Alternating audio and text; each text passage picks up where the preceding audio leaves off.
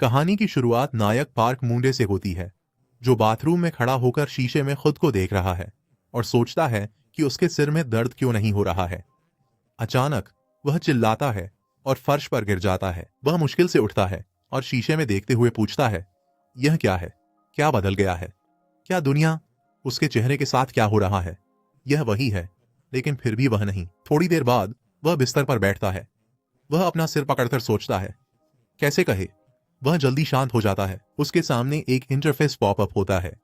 कोरियाई परीक्षा पुनः प्रयासकर्ता के लिए यह घटना सामान्य है। मूंडे इंटरफेस देखता है। वह सोचता है कि उसकी बेरोजगारी प्रसिद्ध है। वह कह सकता है, पहले शांत हो जाएं, स्थिति को समझें। बिस्तर पर एक खाली गोली की बोतल है। वहां अंतिम वसीयत भी है। अगर ऐसा है तो वह मान सकता है कि इस शरीर के मालिक ने आत्महत्या की है। वसीयत में कुछ घटनाएं लिखी हैं। वसीयत को पढ़ते हुए मूंडे सोचता है कि यह व्यक्ति भी अनाथ था।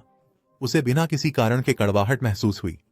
उसने वैनिटी पर बटुआ देखा और उसमें मूंडे का एक आईडी पाया। उसने आईडी चेक किया और सोचा कि निवासी पंजीकरण संख्या का आखिरी अंक 3 है। वह जवान हो गया था, मतलब इस साल वह 23 का है। उसकी तस्वीर में वह हाई स्कूल का छात्र दिखता है। उसका चेहरा देखकर लगता है उसने अपनी आत्मा खो दी है। वह चाहे कितना भी सोचे, उसे लगता है कि यह फिलहाल मददगार नहीं होगा। पहले अपने शरीर को ढूंढने पर ध्यान दें। इसके बाद वह दरवाजा खोलता है। वह सोचता है कि क्या उनके शरीर बदल गए हैं? यह व्यक्ति शायद अभी उसके शरीर में जागा होगा। इस आधार पर उसे यकीन है कि वह अपने मूल शरीर से मिलने पर एक अगली योजना बना सकता है। वह दरवाजे पर खड़ा है। वह सोचता है कि उसे घर जाना है। कल पीने के बाद वह गहरी नींद में चला गया। उसे यकीन था कि वह वहां होगा। इसके अलावा इस गर्मी में पूरी तरह से हैंगओवर होना एक आत्मघाती कदम है। अचानक वहां बर्फ गिरने लगती है और मूंडे हैरानी से बर्फ मांगता है। उसने दरवाजा बंद किया, गर्म कपड़े पहने, आभार जताया। सबसे पहले रयू गुनवू, जो अब पार्क मूंडे है, मोटल के पास एक पीसी कैफे में हैम और चीज रेमन खा रहा था। उसे शांत होने में ज्यादा समय नहीं लगा। यह इसलिए था क्योंकि उसके शरीर की अदला बदली से मिले झटके की तुलना में मौसम का बदलना अधिक महत्वपूर्ण था। यह यकीन करना मुश्किल है। ऐसा लगता है कि वह 3 साल पीछे चला गया है। फिर वह कीबोर्ड पर टाइप करता है और सोचता है कि यह वही समय होना चाहिए जब उसने गंभीरता से पढ़ाई शुरू करने की बात कही थी। लेकिन ऐसा लगता है कि वह इस दुनिया में मौजूद नहीं है। उसके एसएनएस अकाउंट्स गायब हैं। वह अपने कॉलेज अकाउंट में लॉग इन नहीं कर सकता। वह अपने पुराने फोन नंबर पर कॉल करता है। अब वह नंबर नहीं है। वह खाना चबाते हुए सोचता है, अब वह यह संभावना खत्म कर सकता है कि पार्क मूंडे की आत्मा उसके शरीर में थी। उसके पिछले शरीर पर उसकी ज्यादा उंगलियां नहीं थीं। जब वह मिडिल स्कूल में था, एक दुर्घटना हुई। उसके माता पिता का निधन हो गया। उसने अपने चचेरे भाइयों से संपर्क खो दिया। इसके अलावा उसके अन्य लोगों से भी थोड़े बहुत संबंध खत्म हो गए थे। उसकी सिविल सेवा परीक्षार्थी की जिंदगी आगे बढ़ रही थी। वह सूप पीता है और सिस्टम की ओर देखता है। वह सोचता है कि उसके जैसे किसी को भुला दिया जाना कोई अजीब बात नहीं है। अब उसे क्या करना चाहिए? सिस्टम ने उसे बताया कि 3 साल पहले के आइडल्स और उस समय के ट्रेंड्स, गेम, मूवीज और वेब नॉवेल्स सोचने पर इस तरह अचानक से ट्रांसमिग्रेट होना और फिर से समय में पीछे जाना, क्या यह सब फैंटेसी नॉवेल्स के परिचय जैसा नहीं लगता? फिर वह सोचता है, रुको, यह तो काफी वास्तविक लग रहा है। चूंकि उसका शरीर बदल चुका है तो ऐसा क्यों नहीं हो सकता, है ना? क्या यह जगह 3 साल पहले की है या यह आई स्काई जैसी कोई दुनिया है? आकाश, हाँ, यही नाम था। उसे फिर से ऐसा लगा जैसे यह किसी शिकारी की शैली हो। इसलिए आश्चर्यजनक रूप से वह पूछता है कि क्या उसकी भविष्यवाणी सही है। अचानक वह चिल्लाता है और कुर्सी से गिर जाता है। बाकी सदस्य बैठे रहते हैं। प्रणाली उसके चिल्लाने से डर जाती है। वह पूछती है, यह क्या है? उसके सामने प्रणाली इंटरफेस उसके आंकड़ों को दिखाता है। वहां उसका स्तर 0 था। उसकी गायन क्षमता सी थी। उसका नृत्य माइनस था। उसकी शक्ल सी थी। उसकी प्रतिभा भी माइनस थी और उसके गुण अनंत संभावनाएं थे। मूंडी हैरान है। सब कुछ उम्मीद जैसा नहीं है।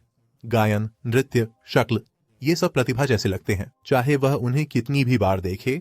ये आंकड़े आइडल के विनिर्देश हैं। वह प्रणाली से पूछता है, क्या उसे आइडल बनना चाहिए? प्रणाली उसे चेतावनी देती है, डेब्यू या मर अब प्रभावी है। अगर वह तय समय में आइडल नहीं बनता तो वह मर जाएगा।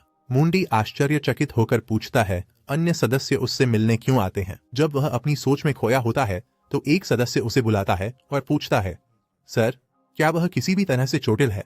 मूंडी उन्हें जवाब नहीं देता। वह जल्दी से उठता है, मुड़कर भाग जाता है, सोचते हुए, मृत्यु, यह क्यों सामने आया? यदि वह आइडल के रूप में डेब्यू नहीं कर पाता तो वह मर जाएगा। सदस्य उसके पीछे खड़े हैं। वे उसे देखते हैं और पूछते हैं। वह शर्मिंदा लगता है। मूंडी पसीने में भीगा हुआ है। वह सड़क पर दौड़ता रहता है। कॉन्सर्ट के दूसरी ओर आइडल्स की टीम प्रदर्शन के लिए तैयार थी। नूना मुस्काई। उसने प्रशंसकों से पूछा, नमस्ते। सभी ने वहां आने के लिए धन्यवाद दिया। क्या आप सब तैयार हैं मस्ती करने के लिए? दर्शक उत्साह से जवाब देते हैं, हाँ, और वह कहती है, चलो। लेकिन वह उनकी आवाज नहीं सुन पाती। दर्शक उत्साह से हाँ का जवाब देते हैं। कैमरामैन तस्वीरें खींच रहा था और पूरी दीवार लोगों से भरी हुई थी। आइडल्स ने प्रदर्शन शुरू किया। लोग चिल्ला रहे थे। वे अपने आइडल्स से प्यार जताते थे। लोग लाइट स्टिक्स हिला रहे थे और चिल्ला रहे थे। नूना सबसे अद्भुत है। अपने वर्तमान जीवन में फोटोग्राफर रयो गुनवू अब पार्ट मूंडी के रूप में जीवित हैं। गुनवू दर्शकों में खड़ा था। उसे प्रॉक्सी फोटोग्राफर से सूचना मिली कि क्या वह वीटिक चेंगरेओ के प्रॉक्सी फोटो शूट के लिए उपलब्ध है। गुनवू ने जवाब दिया, हाँ, वह उपलब्ध है, और रिकॉर्डिंग शुरू की।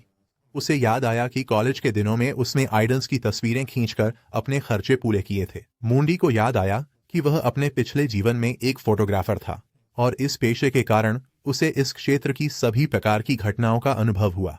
गुनवू ने नूना के प्रदर्शन का वीडियो ओपन चैट रूम में भेजा। यहाँ पूर्वावलोकन है। उनमें से एक, बोंगा डानमुजी, बहुत तेजी से टिप्पणी करता है। जैसा कि उम्मीद थी, वे हमेशा अपने आदेश पर भरोसा कर सकते हैं। अचानक लोग एक दूसरे को धकेलने लगे। गुनवू वहीं खड़ा था, चिंतित। उसने सोचा, ये क्या हो रहा है, और कैमरा कसकर पकड़ा। उसे लगा, क्या ये लोग पागल हो गए हैं? उसे अपने कैमरे की सुरक्षा करनी थी। भीड़ में लोग गिर रहे थे। वे चिल्ला रहे थे, धक्का देना बंद करो। वे मर रहे हैं। और मूंडी सोचता है कि उसने इतनी अधिक शूटिंग की है कि कुछ दिनों में वह अनावश्यक रूप से खुद को इसमें अधिक लिप्त कर लेता था। इसके बाद कहानी वर्तमान में आती है, जहां मूंडी अभ्यास कक्ष में बैठा एक गीत गुनगुना रहा है। उसे प्रणाली से 50 अंक प्राप्त होते हैं। वह थोड़ी और मेहनत करता है। फिर वह दोबारा 50 अंक मांगता है। वह सोचता है कि उसे यह नहीं पता कि वह क्या कर रहा है। जब वह वहां गाना गाता है और अपनी स्थिति विंडो देखता है तो उसे लगता है, यह एक ऐसा आवश्यक तत्व है जिसे शिकार शैली में छोड़ना कठिन है। यह एक अनोखी जानकारी विंडो है। यह उसकी और दूसरों की स्थिति और कौशल दिखाती है। इसके अलावा प्रणाली ने उसकी उपलब्धि के बारे में जानकारी दी। वहां उल्लेख किया गया कि उसकी उपलब्धि पूरी हो गई है और पहले प्रयास में उसने 1 अंक प्राप्त किया। अब उसका स्तर 0 से 1 तक बढ़ गया था। वह अपने सामने स्थिति विंडो को देखता है। वह आश्चर्य करता है। ऐसा लगता है कि उसकी स्थिति विंडो केवल आइडल्स के लिए खास थी। जैसे ही उसने गाना शुरू किया, उसका स्तर बढ़ गया। उसने उपलब्धि खंडों की ओर देखा। उसने पूछा, यह उपलब्धि क्या थी? वह तुरंत अपनी उपलब्धियों की प्रगति पर एक और सूचना देखता है, जो कई हैं। उसे आश्चर्य होता है कि क्या सच में इतनी सारी हैं? क्या यह किसी खेल जैसा है? इसके बाद वह उपलब्धियों के खंडों को देखने के लिए स्क्रॉल करता है। वह सोचता है कि पृष्ठ बहुत सारे हैं, लेकिन वह सामग्री नहीं देख सकता। शायद उसे इसे शुरुआत से पूरा करना चाहिए। चलो शुरुआत में मिले बिंदुओं का उपयोग करें। फिर उसकी स्थिति विंडो दिखती है। वह वोकल खंडों को देखता है। वह वोकल के लिए बिंदु मांगता है। उसके वोकल्स -C से +C में बदल जाते हैं। सिस्टम ने उसे एक गीत चुनने को कहा। वह कीबोर्ड पकड़ता है और सोचता है कि इसे फिर से आजमाएगा। सिस्टम शुरुआती के लिए बैरेट की सिफारिश करता है। मूंडी life is pain and pain is equal to everyone गाना शुरू करता है। वह अपने आंकड़े देखकर हैरान होता है और सोचता है कि इसमें फर्क है। उसका गायन पहले से अधिक परिपक्व हो गया है। उसका स्कोर 50 से बढ़कर 80 हो गया। सिस्टम ने उसे गायक बनने के लिए शुभकामनाएं दी। मूंडी ने माइक टेबल पर रखा। वह सोचता है, अब वह विशिष्ट हो गया है। सिस्टम चेतावनी दिखाई देती है। वह सिस्टम की चेतावनी को चिंतित होकर देखता है और सोचता है कि यह स्थिति वास्तव में मजाक नहीं है। हालांकि उसे कुछ भी नहीं पता, उसका मरने का कोई इरादा नहीं है। फिर भी 365 दिन बचे हैं। जब तक वह सही तरीके से शुरू करता है, सब ठीक रहेगा। मूंडी ने अपने चेहरे पर हाथ रखा और आह भरी। फिर उसने अपना हाथ नीचे किया और कहा कि एक आइडल सर्वाइवल प्रोग्राम इस समय के आसपास बड़ा हिट बन गया। कुछ समय बाद सैलून में टीवी पर खबर चल रही थी। जब उन्होंने एक टिकट को खुशी का आधार बनाया तो उनके शेयर बढ़ने लगे। वे आइडल इंक प्रतिभागी आवेदन के लिए फिर से सूचीबद्ध हो गए हैं। सैलून में बैठी दो महिलाएं टीवी पर यह देख रही थीं। एक ने पूछा, क्या वे वही प्रोग्राम फिर से कर रहे हैं? दूसरी महिला बोली, सीजन 2 खराब होने के बाद उन्होंने छोड़ दिया। पहली महिला ने कहा, मनोरंजन उद्योग पैसे को नहीं भूलता। अगर उनके पास समय है तो टेलीविजन की आवाजों पर ध्यान दें। हेयर ड्रेसर ने मुंडी से पूछा, क्या सब हो गया? सर। फिर उसने गाउन हटाते हुए कहा कि उसने जैसा अनुरोध किया था वैसे किनारों पर ज्यादा काटा नहीं। वे कुर्सी की तरफ बढ़े और धन्यवाद कहा। फिर खुद को आईने में देखा। बालों को छूकर सोचा, उनकी लुक्स अब उनकी उपस्थिति से मेल खाती हैं। पिछले कुछ दिनों में अच्छी नींद और भोजन के बाद उनके उदास भावनाएं गायब हो गई थीं। मुंडी हेयर ड्रेसर को पैसे दे रहे हैं। वह सोचते हैं कि पार्क मुंडी थोड़ी देर के लिए उन्हें पैसे खर्च करने देंगे। एक दिन वह इसे लौटा देंगे। अगर नहीं तो इसे दान या कुछ और करेंगे। हेयर ड्रेसर ने भुगतान के लिए धन्यवाद कहा। सर, आप बहुत हैंडसम लग रहे हैं। मुंडी ने भी धन्यवाद दिया। जैकेट पहनकर बाहर निकले। सोचा, चाहे उन्होंने कितना भी मरने का मन बना लिया हो, जन्मदिन पर आत्महत्या के लिए कितने मजबूर हो गए होंगे। सच में बेकार। फिर वह आसमान की ओर देखते हैं, यह आशा करते हुए कि वह अच्छे स्थान पर हैं। अभी बहुत सारे काम करने हैं। इस दौरान निदेशक T.net कंपनी की इमारत में थके हुए थे। उन्होंने कहा, नहीं, प्रतिभा को भूल जाओ, उनकी संख्या पर्याप्त नहीं थी। प्रबंधक निदेशक के सामने खड़े थे। उन्होंने कहा, सीजन 2 बुरी तरह विफल हुआ। अचानक निदेशक ने पूछा कि क्या उन्होंने सभी पास के अकादमी और एजेंसी के संपर्क विवरण दर्ज किए हैं? उनका आकार और पैमाना चाहे जो भी हो। प्रबंधक ने आवेदन पत्र मेज पर रखा। उन्होंने कहा, यह सबसे अधिक था जो वे इकट्ठा कर सकते थे। निदेशक चिंता में सिर पकड़ते हुए पूछते हैं कि क्या उन्हें भर्ती की अवधि बढ़ानी चाहिए और अन्यथा उन्हें पार्ट टाइमर्स के रूप में क्यों इस्तेमाल करना चाहिए। स्योरिन, रयू स्योरिन, क्या हो रहा है? वह कहाँ जा सकती है? प्रबंधक ने कहा कि उसने खाना खा लिया। फिर वह चली गई। लेकिन एक आदमी गलियारे से गुजरता है। वह अचानक किसी को कमरे में गाते देखता है। वह रुककर सुनता है। फिर वह कमरे के पास से गुजरता है। वहां से गाने की आवाज आती है। कांच के दरवाजे से उसने देखा कि गाना गा रहा व्यक्ति वास्तव में मुंडे था, जो अपनी टीम के साथ वहां गायन अभ्यास कर रहा था। मुंडे की आवाज सुनकर आदमी रुक गया। उसने दरवाजा खोला, माफी मांगते हुए पूछा, क्या वह बात कर सकता है? मुंडे चुप रहता है और फिर आदमी से पूछता है कि वह कौन है। आदमी जवाब देता है कि वह कोई अजनबी नहीं है और अपना कार्ड दिखाता है जिसमें रयूसियोरिन का नाम लिखा है। वह कार्ड पकड़ता है और कहता है कि उसने बाहर से सुना। उसकी गायन से वह बहुत प्रभावित हुआ। फिर वह मुंडे से उसका नाम पूछता है। मुंडे चुप रहता है, फिर हल्का सा मुस्कुराता है और सोचता है, समझ गया।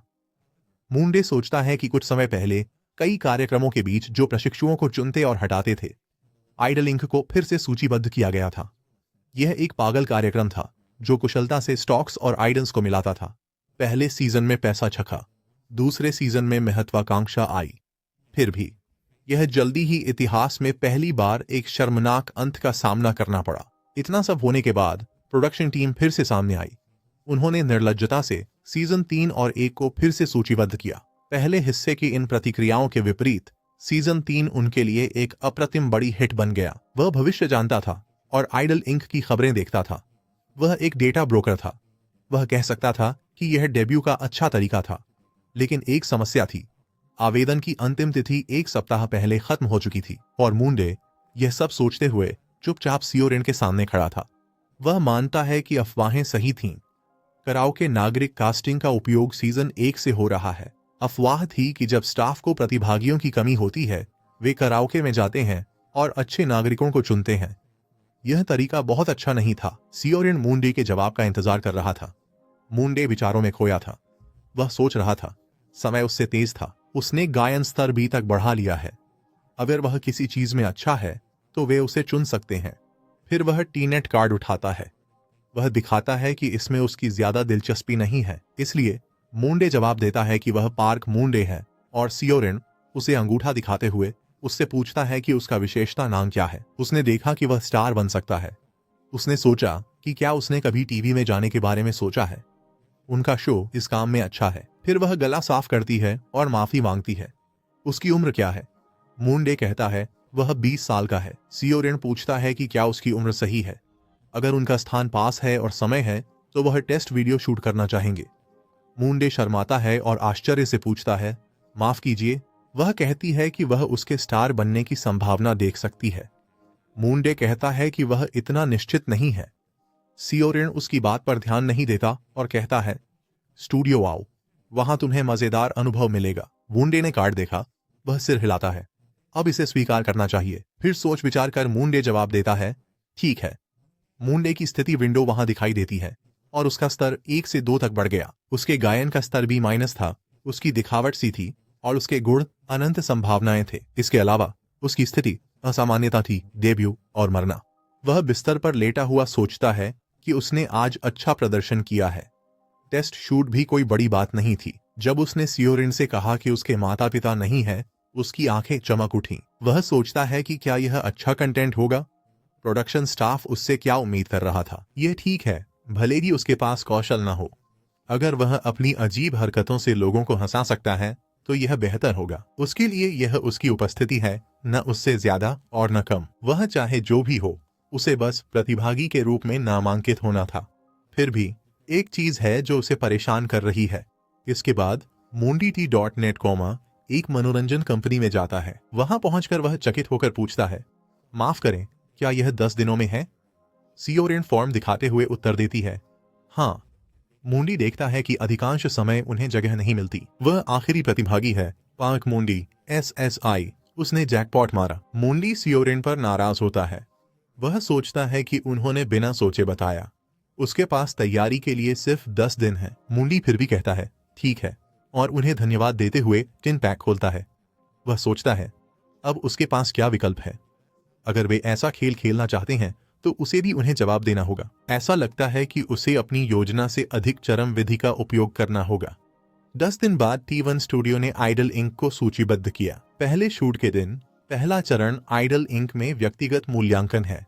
अस्थायी रैंक जज किए गए मूल्यांकन के माध्यम से दी जाती है। मूंडी अन्य प्रतिभागियों के बीच फर्श पर बैठता है और सोचता है कि जो पहला प्रभाव पड़ा है वह शायद शो के अंत तक बना रहेगा। फिर वह अपनी नजरें घुमाता है और आसपास देखता है। सोचता है कि यहाँ 77 लोग हैं, लेकिन सब बच्चे ही हैं। वह अपना सिर पकड़ता है, क्या यह असली लगने लगा है? वह सोचकर चकित है कि इस उम्र में वह आइडल बन रहा है। लेकिन एक लड़का उसके पास आता है और पूछता है कि क्या उसने अकेले आवेदन किया था। मूंडी लड़के की तरफ देखता है। वह सोचता है, क्या यह मिडिल स्कूल का है?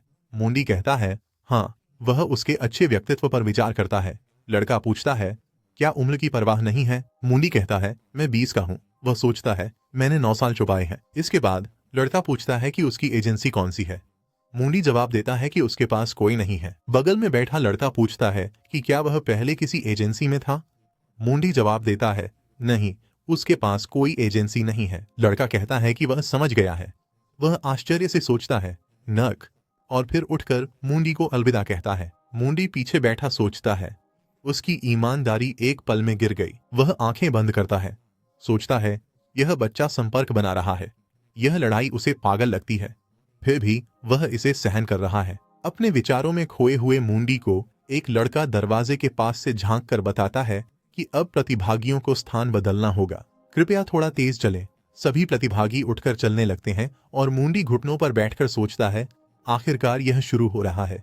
इसके बाद ऑडिशन शुरू होता है और सियोरिन और बाकी जज प्रत्येक व्यक्ति के प्रदर्शन की जांच करते हैं। वह ली सेजिन से पूछती है। बी ग्रुप में उसकी रैंक 15वीं है। वह धन्यवाद देता है। एक लड़का अपनी टीम के साथ आता है। प्रदर्शन से पहले लड़का जजों से पूछता है, क्या वह पूरी कोशिश करेगा? सियोरिन सभी प्रदर्शनों को देखती है। वह चिंतित होती है। वह सोचती है, क्या उनके पास कोई प्रतिभाशाली समूह नहीं है? वह आवेदन फाइल को देखती है। वह सोचती है कि कम से कम एक समूह तो बचा है।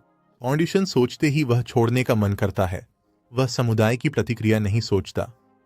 मूंडी ने कई सही लुक्स जोड़े हैं, लेकिन वे सभी खाली सूट की तरह हैं। कोरियाई ऑडिशन में एक अक्षम व्यक्ति को लोकप्रिय बनाना मुश्किल है, चाहे कोई भी प्रसिद्ध प्रोड्यूसर टीम में हो।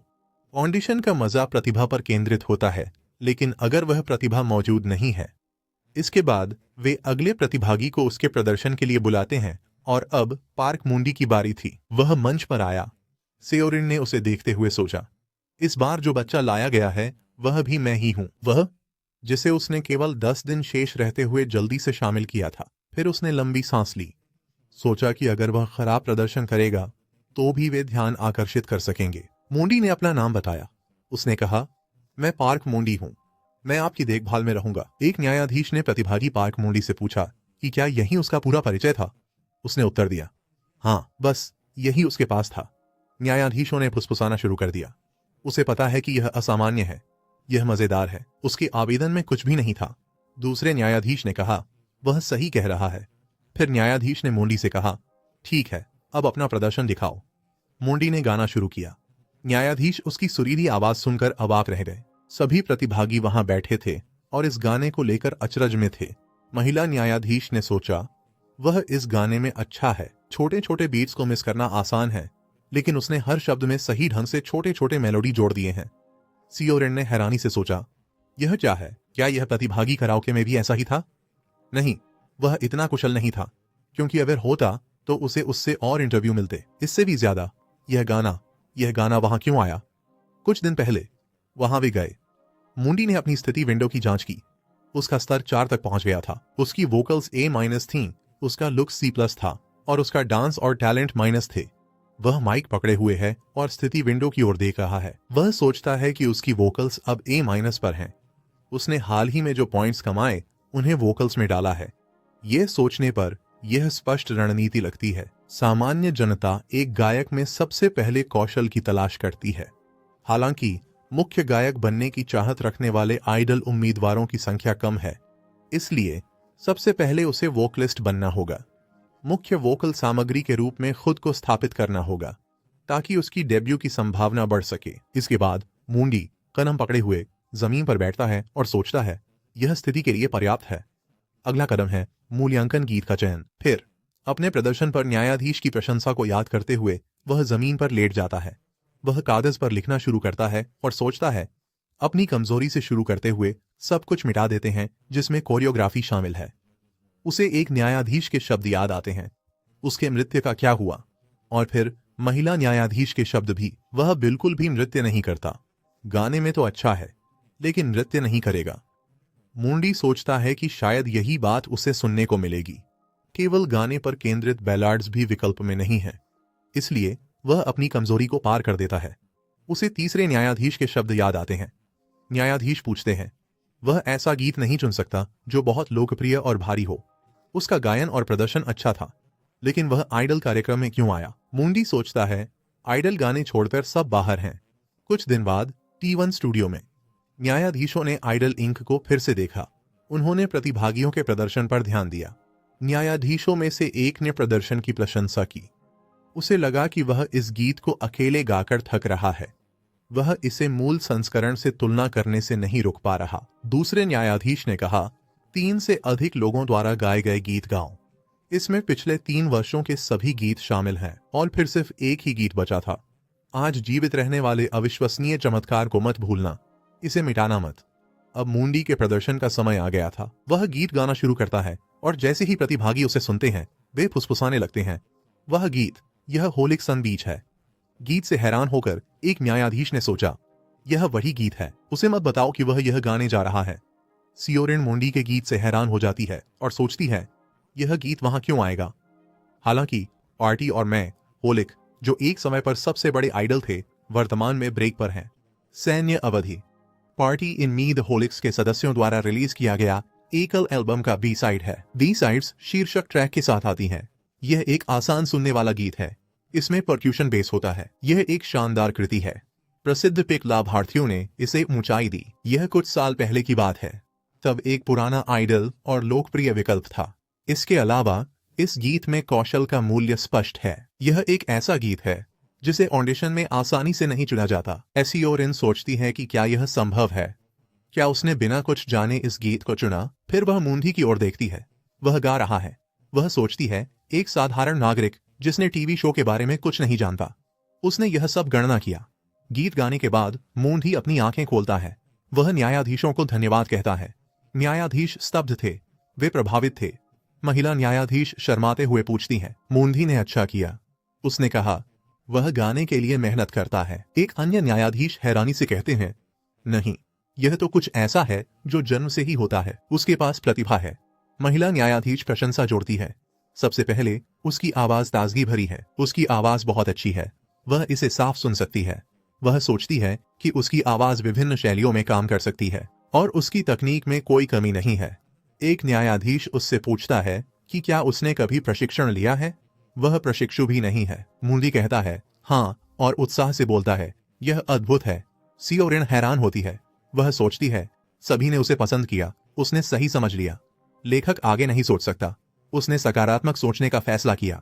इसी बीच एक न्यायाधीश हाथ उठाती है। वह दूसरे का सहारा लेती है। न्यायाधीश उसकी तरफ देखती हैं।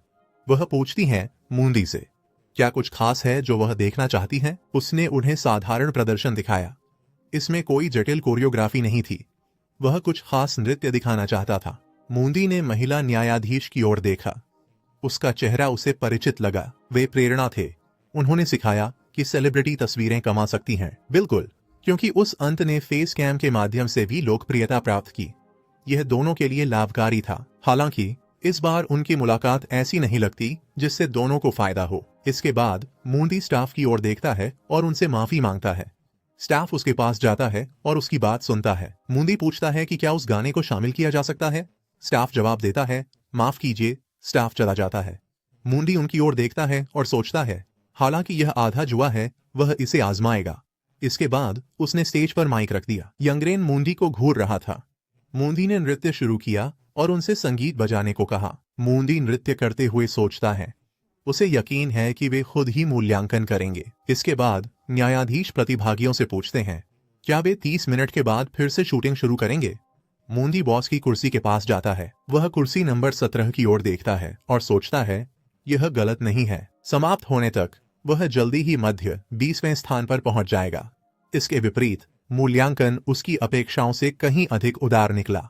अब जब यह हो गया है तो अच्छा होगा अगर वे कोरियोग्राफर के भावुक होने का शॉट ले सकें। जब वह सोच में था, किसी ने उसकी बाह की ओर इशारा किया और कहा नमस्ते। फिर वह मूंदी के पास कुर्सी नंबर 15 पर बैठ गया।